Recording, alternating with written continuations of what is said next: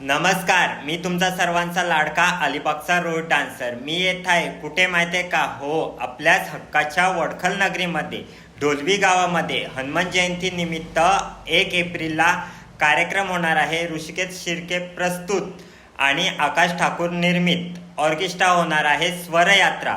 त्यामध्ये मी येतोय माझा अग्रिकोळी तडका आणि सोबत कॉमेडी डान्सचा दणका घेऊन.